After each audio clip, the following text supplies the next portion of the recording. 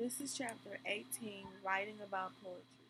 In the first reading, it says, first you read the poem to yourself, let the language flow over you, and find general associations that the images and words bring up.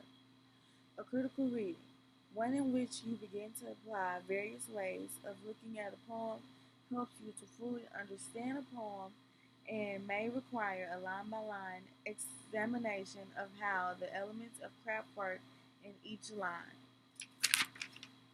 So this chapter is basically telling you how to write a poem.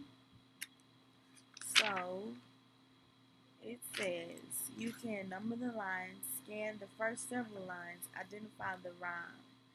And that is, looking for a rhyme is another tactic that will enable you to know the form of the poem.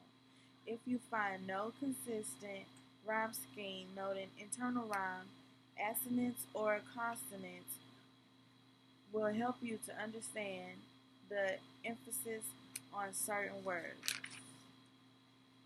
Explore your ideas. There are several ways you might be able to refine your own ideas for your paper.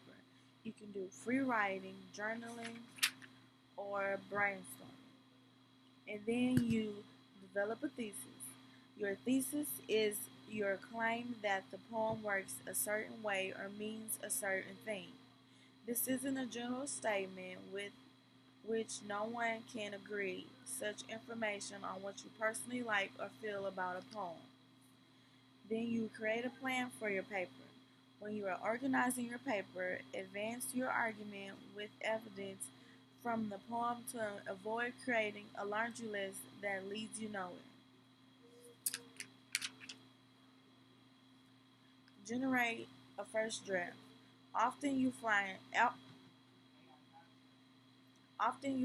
clearer ways to express your thoughts as you go along.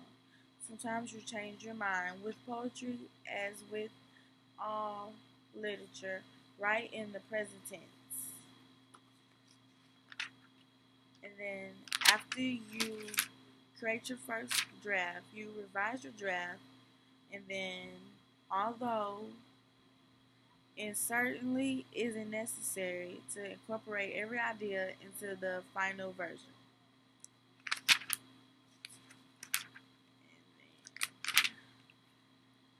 And then you edit and format your paper after you did the revise and edit, and then you make the final draft.